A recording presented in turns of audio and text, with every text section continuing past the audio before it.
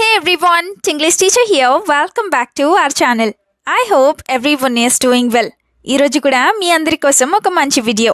ఈ వీడియోని మొదలు పెట్టబోయే ముందు వీడియో డిస్క్రిప్షన్ లో మీ అందరికీ ఉపయోగపడే మంచి ప్రొడక్ట్స్ ని ట్యాగ్ చేశాను. ఆ ప్రొడక్ట్స్ మీకు నచ్చితేనే లింక్ క్లిక్ చేసి పర్చేస్ చేయండి.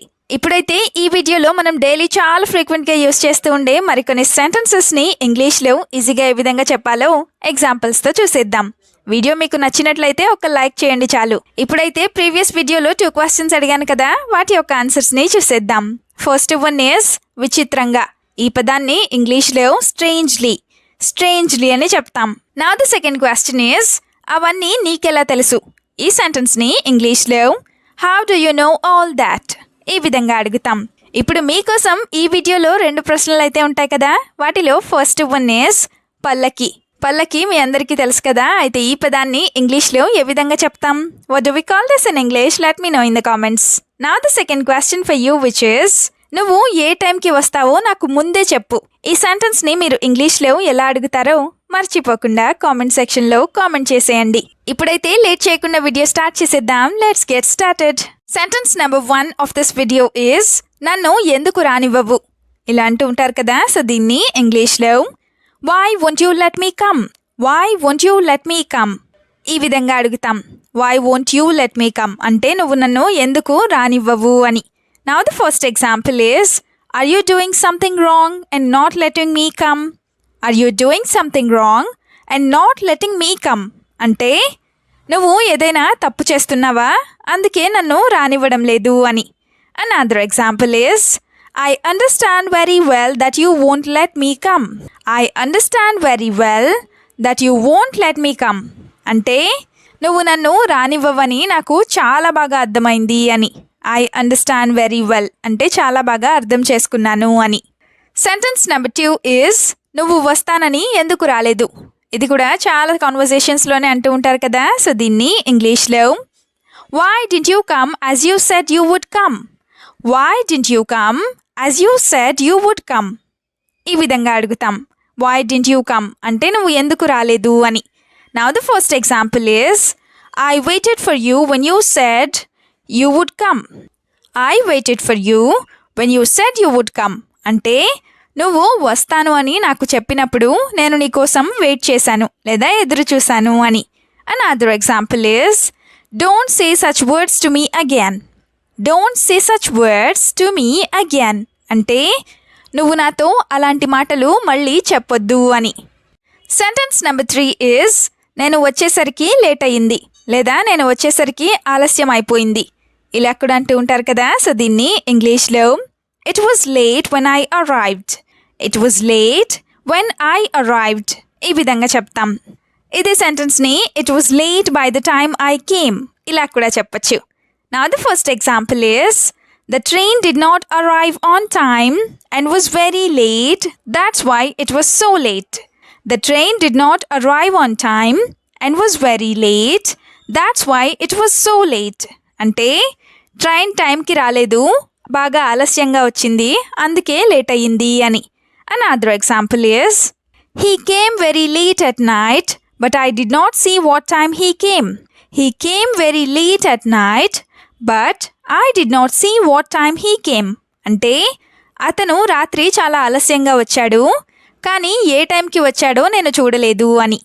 సెంటెన్స్ నెంబర్ 4 is వద్దామనుకున్నాను కానీ రాలేదు.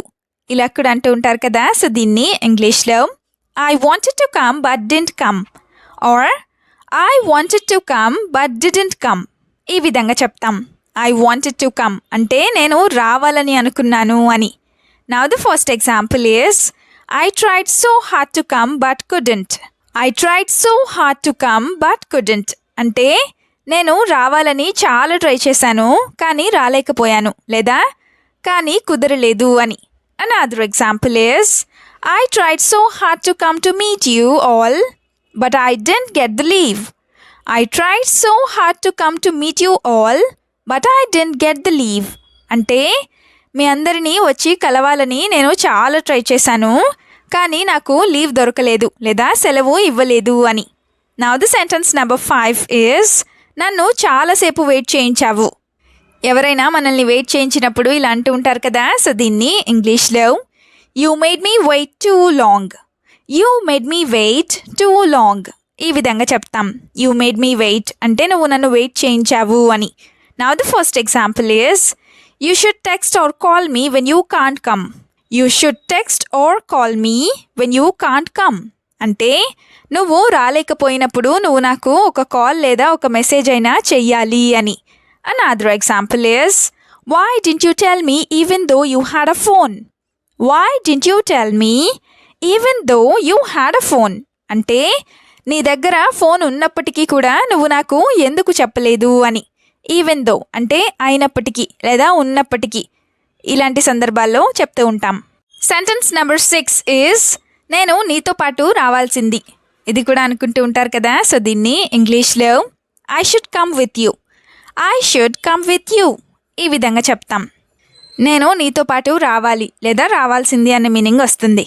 Now the first example is I would not have had all this trouble if I had come with you. I would not have had all this trouble if I had come with you. అంటే నేను నీతో పాటు వచ్చి ఉంటే నాకు ఈ సమస్య అంతా లేదా ఈ ప్రాబ్లం అంతా ఉండేది కాదు అని. Now the second example is I thought it would be better if everyone went together. If everyone went together, but I didn't know you didn't think so.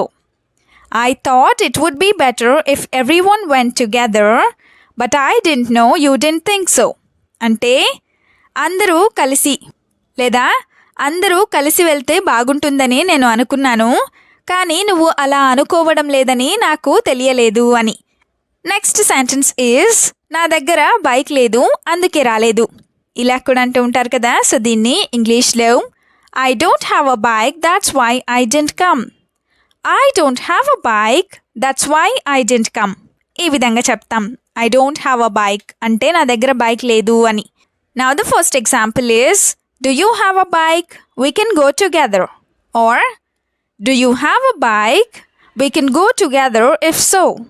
అంటే నీ దగ్గర బైక్ ఉన్నట్లయితే మన ఇద్దరం కలిసి వెళ్ళొచ్చు అని. Another example is even though you have a bike why didn't you come. Even though you have a bike why didn't you come అంటే నీ దగ్గర బైక్ ఉన్నా కూడా నువ్వు ఎందుకు రాలేదు అని. ఇదే సెంటెన్స్కి సంబంధించిన ఇంకొక ఎగ్జాంపుల్ని చూద్దాం. అదేంటంటే is it true that I felt you didn't want to come.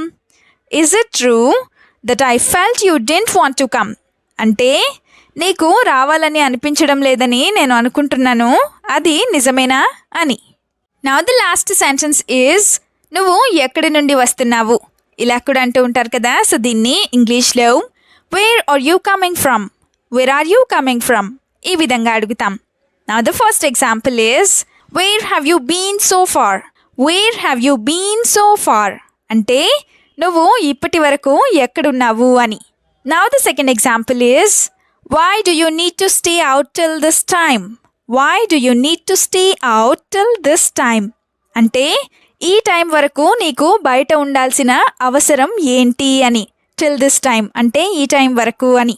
Another example is lately your behaviour seems very strange. Lately your behaviour seems very strange అంటే ఈ మధ్య నీ బిహేవియర్ లేదా నీ ప్రవర్తన చాలా విచిత్రంగా అనిపిస్తోంది అని. వీడియోని ఎండ్ వరకు చూసినందుకు థ్యాంక్ యూ సో మచ్. వీడియోలో ఉన్న సెంటెన్సెస్ అన్నీ తరచూ ప్రాక్టీస్ చేస్తూ ఉన్నట్లయితే you will become a better and fluent English speaker.